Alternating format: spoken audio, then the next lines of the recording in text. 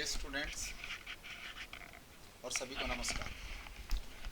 CBSE का term 1 का जो क्वेश्चन पेपर मैथमेटिक्स का है उसमें एक सेक्शन एसर्शन एंड रीजनिंग का रीज़न का आता है। मैंने बहुत से स्टूडेंट से बात की, उन्होंने बोला सर पहले तो यही समझ में नहीं आता है कि इन 4 ऑप्शंस में से कौन से ऑप्शंस को हम करेक्ट टिक करें। तो मैंने ये वीडियो उन्हीं के लिए तैयार किया है जिनको यही समझ में नहीं आता है कि ये 4 ऑप्शंस के साथ डील कैसे किया जाए। So let's we start now. तो मैंने ये 4 ऑप्शंस आपके लिए लिख के रखे हैं, option A, option B, option C and option D. So start from option A. और मैंने प्रिपरेशन कुछ इस तरह की है कि जब भी स्टूडेंट्स को अगर एक क्वेश्चन दिया जाए एसर्शन और रीजन का, तो उसे ये समझ में आ जाए कि ये ए ऑप्शन ही क्यों इसमें सूट करता है।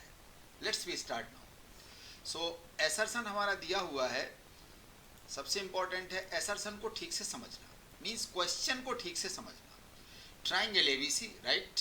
सो this is your triangle ABC, मैंने ऑलरेडी बना के रखा। A B 6√3 centimetre, A C 12 centimetre, B C 6 centimetre and angle B 90 degree. So this is your right angle triangle, मैंने लिख दिया है 6√3, 6 एंड 12।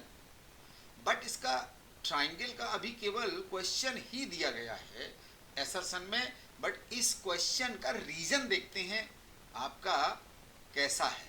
तो रीजन की जब स्टडी हमने की तो उसने कहा if in a triangle square of one side is equal to the sum of the squares of other two sides then the angle opposite the first side is a right angle. Means आपका जो question है ऊपर वो right angle triangle का है, बिल्कुल clear है। लेकिन जब आप उसकी साइड्स का फर्स्ट साइड का स्क्वायर करेंगे 12 का तो वो आ जाएगा 144, अदर 2 साइड्स का स्क्वायर करेंगे 6 और 6√3 का तो वो आ जाएगा 36 and 108। When we total these two numbers then we also get 144। इसका मीनिंग क्या हुआ? इसका मीनिंग ये हुआ कि एसर्शन जो दिया हुआ है वो बिल्कुल ट्रू है, करेक्ट, और रीजन जो दिया हुआ है कन्वर्स ऑफ पाइथागोरस थ्योरम के थ्रू हम जा रहे हैं, तो एसर्शन का जो रीजन दिया हुआ है वो भी ट्रू है। इसलिए पढ़ो फिर से, ऑप्शन ए क्या कहता है, तभी ऑप्शन ए में टिक लगाना है कि both assertion A reason R true and reason R is correct explanation of assertion ए।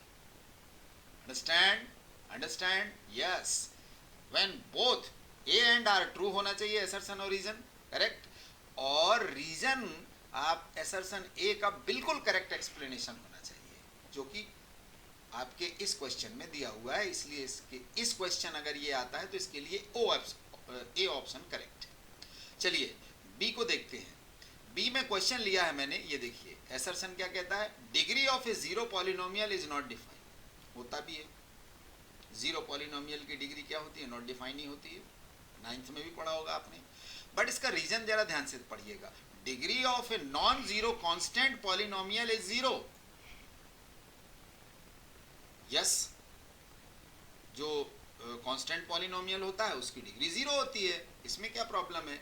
इसका मीनिंग क्या हुआ, अरे भाई एसर्शन तो करेक्ट है, रीजन भी करेक्ट है, बट एक प्रॉब्लम है कि जो जीरो पॉलिनोमियल की डिग्री है, जो जीरो पॉलिनोमियल का नेचर है वो कांस्टेंट पॉलिनोमियल के नेचर से बिल्कुल डिफरेंट होता है, दोनों एक दूसरे से डिफरेंट होते हैं। इसका मीनिंग क्या हुआ कि both assertion A and reason R true but reason R is not correct explanation of A. मेरी बात समझ गए कि नहीं? यहाँ पर जीरो पॉलिनोमियल की बात कर रहा है, यहाँ पर नॉन जीरो कांस्टेंट पॉलिनोमियल की बात कर रहा है, तो हमारा रीजन उस एसर्शन का एक्सप्लेनेशन कहाँ से हो गया? इसलिए हमें जब भी ये क्वेश्चन मिलेगा तो हम ए पर टिक नहीं लगाएंगे, सी पर नहीं लगाएंगे, डी पर नहीं लगाएंगे, किस पर लगाएंगे? बी पर टिक करेंगे, राइट? चलिए सी पार्ट देखते हैं जरा। सी पार्ट में मैंने क्वेश्चन सिलेक्ट किया है, ये देखिए ये क्वेश्चन एसर्शन में क्या है, 29/625 is a terminating decimal fraction. Chapter 1 real number में क्लियर लिखा हुआ है कि a number which is in the form of p by q, और क्यू आपका किस फॉर्म में होना चाहिए, 2m × 5n की फॉर्म में होना चाहिए। यस इट इज, बिल्कुल है ये। इसका मतलब ये हुआ कि एसर्शन हमारा ट्रू है, ये देखिए एसर्शन इज ट्रू। लेकिन रीजन पढ़ते हैं जरा, if factors of denominator are any irrational number, कोई तुक ही नहीं बनता है एसर्शन का रीजन से, तो इस क्वेश्चन में assertion A is true but reason R is false. सो हमें कौन सा ऑप्शन ऐसे क्वेश्चन में टिक करना है? हमें सी को टिक करना है। बात समझ गए ना? लास्ट है आपके लिए डी। डी क्या कहता है? assertion A is false but reason R is true.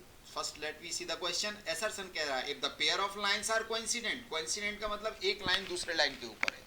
जब ऐसा होता है इनफाइनाइट सॉल्यूशन होते हैं, क्योंकि हर पॉइंट एक दूसरे पर मीट करता है, तो इसकी कंडीशन क्या होती है? a1/a2 is equal to b1/b2 is equal to c1/c2. We say that pair of lines is consistent and it has unique solution. अब बताओ, यहीं पकड़ में आ गया ये तो। यूनिक सॉल्यूशन की कंडीशन क्या होती है सॉल्युबिलिटी में? a1/a2 is not equal to b1/b2, but pair of lines coincident था, तो इसकी कंडीशन ये थी, तीनों रेशियोज इक्वल थे। अरे भाई, ये तो असर्शन ही फॉल्स हो गया आपका। बट रीजन को देखते हैं। If the pair of lines are parallel then the pair has no solution and is called inconsistent pair of equation. Very good. वो कहता है लाइन जब पैरेलल है, ये देखिए पैरेलल मेरी फिंगर्स दिख रही है ना आपको, जब ये मिलेगी ही नहीं, कहीं इंटरसेक्ट ही नहीं करेगी, तो सॉल्यूशन कहाँ से आएगा? पेयर है तो नो सॉल्यूशन होगा, इनकंसिस्टेंट होगा। इसका मतलब रीजन तो करेक्ट है, बट असर्शन क्या हुआ? फॉल्स हो गया। तो कौन सा ऑप्शन करेक्ट होगा आपका? D option is correct. Understand? तो माय डियर स्टूडेंट्स, आपने ये समझ लिया होगा कि आफ्टर ऑल असर्शन और रीजन के क्वेश्चंस की स्टडी कैसे करनी है। मेन प्रॉब्लम ये है, कोई आपको ढेर सारी बुक्स में ढेर सारे असर्शन और रीजनिंग के क्वेश्चन दे देगा, लेकिन हमारे स्टूडेंट को यही समझ में नहीं आएगा कि हमें कैसे इन options A B C D को चूज करना है।